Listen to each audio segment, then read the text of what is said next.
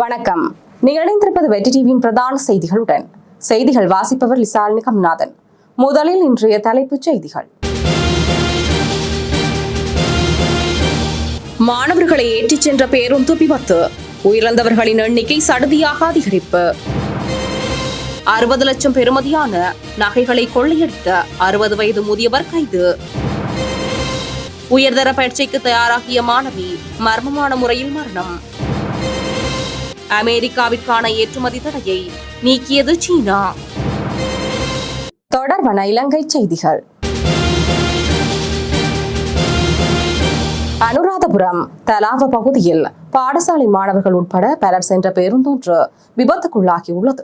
குறித்த பிரதேசத்தின் ஜகங்க சந்திக்கு அருகில் வீதியை விட்டு விலகி குறித்த பேருந்து விபத்துக்குள்ளாகியுள்ளதாக போலீசார் தெரிவித்துள்ளனர். குறித்த விபத்தில் 5 உயிரிழந்துள்ளதாகவும் 40க்கும் மேற்பட்டவர்கள் காயமடைந்துள்ளதாகவும் வைத்தியசாலை வட்டாரங்கள் தகவல் தெரிவிக்கின்றன. பலரது நிலை கவலைக்கிடமாக உள்ளதால் உயிரிழப்புகளின் எண்ணிக்கை மேலும் அதிகரிக்கக்கூடும் என சிங்கள ஊடகங்கள் செய்தி வெளியிட்டுள்ளன. அத்துடன் காயமடைந்தவர்கள் தம்புத்தேகம மற்றும் அனுராதபுரம் வைத்தியசாலைகளில் அனுமதிக்கப்பட்டுள்ளனர்.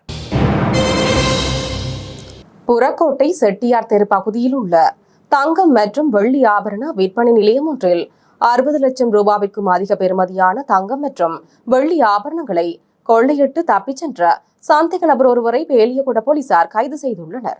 போலீசார் சுமார் 70க்கும் மேற்பட்ட சிசிடிவி காட்சிகளை பரிசோதித்த பின்னரே இந்த சந்தேக நபரை கைது செய்துள்ளனர். கைது செய்யப்பட்டவர் 1993ஆம் ஆண்டில் நாட்டினால் பதிவு செய்யப்பட்ட குற்றவாளியாக அடையாளம் காணப்பட்ட 60 வயதுடைய நபர் என போலீசார் தெரிவித்துள்ளனர்.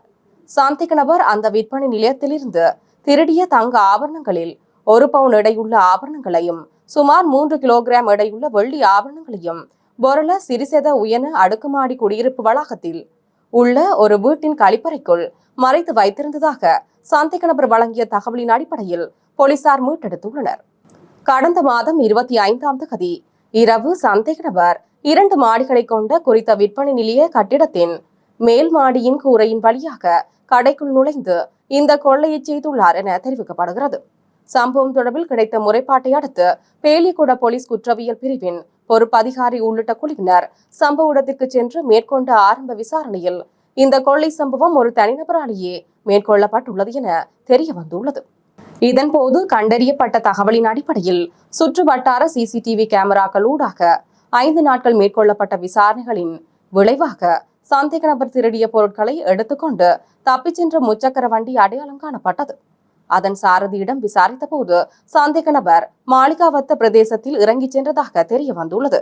கொள்ளை சம்பவத்துக்கு பிறகு சந்தேக நபர் மற்றொருவருடன் கம்பல புபுரச பனவிலதென்ன பகுதிக்கு சென்றுள்ளதாக போலீசார் கண்டுபிடித்துள்ளனர். அதன்படி விசேட போலீஸ் குழு ஒன்று சந்தேக நபரை கைது செய்துள்ளது.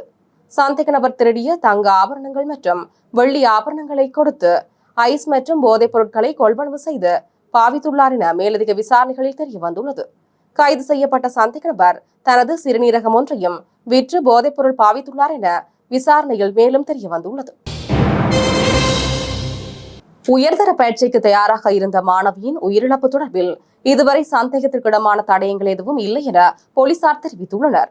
சம்பவம் தொடர்பில் தம்புள்ளை போலீசார் மாணவியின் வீட்டுக்கு சென்று சோதனை நடத்திய போதே சந்தேகப்படும்படியாக அங்கு எதுவும் கண்டறியப்படவில்லை என போலீசார் கூறியுள்ளனர். தம்புள்ள தேசிய பாடசாலையில் கல்வி பயின்று வந்த 19 வயதுடைய தரசி சமோதி என்ற மாணவியை இவ்வாறு உயிரிழந்துள்ளதாக காவல்துறை தெரிவித்துள்ளது. குறித்த மாணவி இந்த ஆண்டு உயர்தர பரீட்சையில் உயிரியல் பிரிவில் தோற்றவிருந்தமை குறிப்பிடத்தக்கது.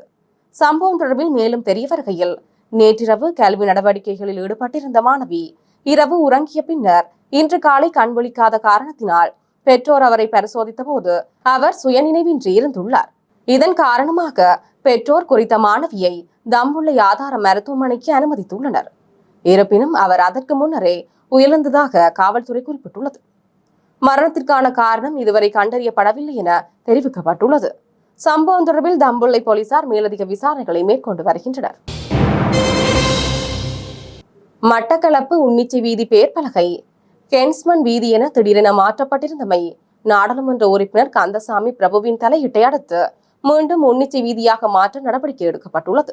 குறித்த வீதியின் பெயரினை பிரதேச மக்கள் அமைப்புகளின் அனுமதியின்றி எவ்வாறு இதை செய்ய முடியும் எனவும் பிரதேச மக்கள் இதற்காக ஒன்றுபட்டு பழைய பெயரை வைக்க வேண்டும் எனவும் மக்கள் குற்றம் சாட்டினை முன்வைத்திருந்தனர்.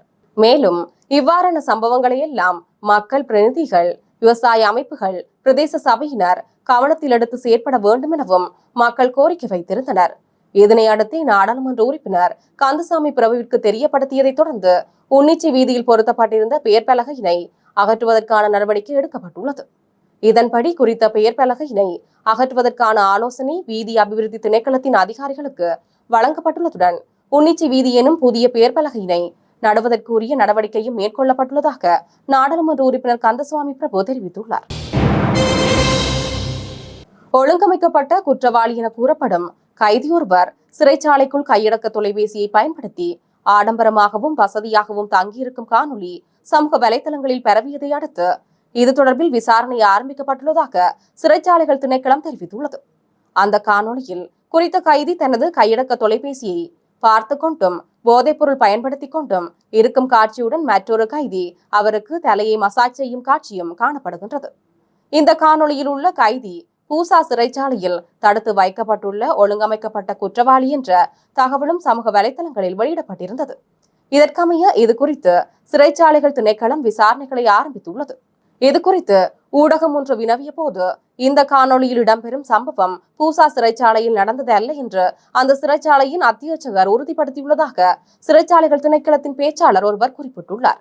எவ்வாறாயினும் இந்த சம்பவம் தொடர்பில் பூசா, காலி மற்றும் அகுனுகொல, பெலச ஆகிய சிறைச்சாலைகளின் அத்தியட்சகர்களுக்கு விரைவான அறிக்கையை சமர்ப்பிக்குமாறு அறிவிக்கப்பட்டுள்ளதாகவும் சிறைச்சாலைகள் திணைக்களம் மேலும் தெரிவித்துள்ளது. தொடர்வன உலக செய்திகள். அமெரிக்காவிற்கான முக்கிய உலோகங்கள் மீதான ஏற்றுமதி தடையை சீனா தற்காலிகமாக நீக்கியுள்ளது.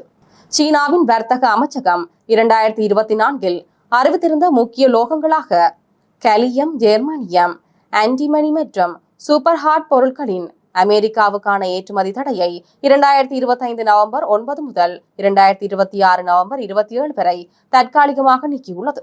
இந்த நடவடிக்கை 2026ஆம் ஆண்டை முன்னிட்டு சீனா, அமெரிக்கா இடையேயான வர்த்தக பதட்டங்களை குறைக்கும் நோக்கில் எடுக்கப்பட்டுள்ளது. மேலும் இரட்டை பயன்பாட்டுக்குரிய கிராஃபைட் ஏற்றுமதிக்கு விதிக்கப்பட்ட கடுமையான சரிபார்ப்பு நடைமுறைகளும் தற்காலிகமாக நிறுத்தப்பட்டுள்ளன. இதனுடன் அக்டோபர் 9 முதல் அறிவிக்கப்பட்ட சில அரிய பூமி உலோகங்கள் மற்றும் லித்தியம் பேட்டரி பொருள் மீதான கட்டுப்பாடுகளும் சீன அரசு தற்காலிகமாக நீக்கியுள்ளது. சீன ஜனாதிபதி ஜி ஜின்பிங் மற்றும் அமெரிக்க ஜனாதிபதி டொனால்ட் ட்ரம்ப் இடையேயான சமீபத்திய ஒப்பந்தத்தின் ஒரு பகுதியாக இந்த மாற்றங்கள் ஏற்பட்டுள்ளன. பிரித்தானியாவை தலைமையிடமாக கொண்ட பிபிசி செய்தி நிறுவனத்தின் தலைவர் மற்றும் செய்தி பிரிவு தலைமை அதிகாரி ஆகிய இருவரும் பதவி விலகியுள்ளனர். தாங்கள் செய்தி வெளியீட்டில் பாரபட்சம் காட்டுவதாக தொடர்ந்து வந்த கடுமையான குற்றச்சாட்டுகளுக்கு மத்தியில் அவர்கள் இவ்வாறு பதவி விலகியுள்ளனர். பிபிசியின் நடுநிலைமை குறித்து எழுந்த விமர்சனங்களே இந்த நிர்வாக மாற்றங்களுக்கு முக்கிய காரணமாகும் என கூறப்படுகின்றது. அமெரிக்க ஜனாதிபதி டொனால்ட் ட்ரம்ப் 2021ஆம் ஆண்டில் பேசியதன் 2 வேறுபட்ட பகுதிகளை ஒன்றாக தொகுத்து அவர் வன்முறையை தூண்டும் வகையில் பேசியதாக பிபிசி வெளியிட்டது. இது முக்கிய முறைப்பாடாக காணப்பட்டது. இஸ்ரேல் ஹமாஸ் மோதல் குறித்த செய்திகளில் பிபிசி பாரபட்சமாக நடந்து கொண்டதாக நிறுவனத்தின் முன்னாள் தரநிலை ஆலோசகர் ஒருவர் தெரிவித்தார். அவர் இது தொடர்பில் டெய்லி டெலிகிராப் பத்திரிகையிடம் தகவல்களை கசியவிட்ட பிறகு பிபிசி மீதான நெருக்கடி மேலும் அதிகரித்தது. மேலும் பிபிசி ஒரு பிரச்சார இயந்திரம் போல செயற்படுவதாக அமெரிக்காவின் வெள்ளை மாளிகை நேரடியாக குற்றம் சாட்டியிருந்தமையும் குறிப்பிடத்தக்கது. அடுத்து வருவது விளையாட்டு செய்தி. இலங்கை கிரிக்கெட் ஜாம்பவான்களில் ஒருவராக கருதப்படும் சமிந்த வாஸ் எதிர்வரும் அபுதாபி T10 தொடரின் 9வது தொடரில் நொதர்ன் வாரியர்ஸ் அணியின் தலைமை பயிற்றுவிப்பாளராக நியமிக்கப்பட்டுள்ளார். நொதர்ன் வாரியர்ஸ் அணி இதனை உத்தியோகபூர்வமாக அறிவித்துள்ளது. இவர் ஏற்கனவே பயிற்சியாளர் மற்றும் ஆலோசகர் பதவிகளை வகித்துள்ளார். இலங்கை அணியின் முன்னாள் வேகப்பந்து வீச்சாளர் சமிந்த வாஸ் டெஸ்ட் போட்டிகளில் 355 விக்கெட்டுகளையும் ஒருநாள் போட்டிகளில் 400 விக்கெட்டுகளையும் வீழ்த்தி இலங்கை கிரிக்கெட் வரலாற்றில் மிகவும் வெற்றிகரமான வேகப்பந்து வீச்சாளராக திகழ்ந்தமை குறிப்பிடத்தக்கது. இத்துடன் நமது பிரதான செய்திகள் நிறைவடைகின்றன. எமது அடுத்த பிரதான செய்தியினை நாளை மாலை எதிர்பாருங்கள். தொடர்ந்து இணைந்திருங்கள் வெற்றி டிவியின் யூடியூப் பக்கத்துடன். வணக்கம்.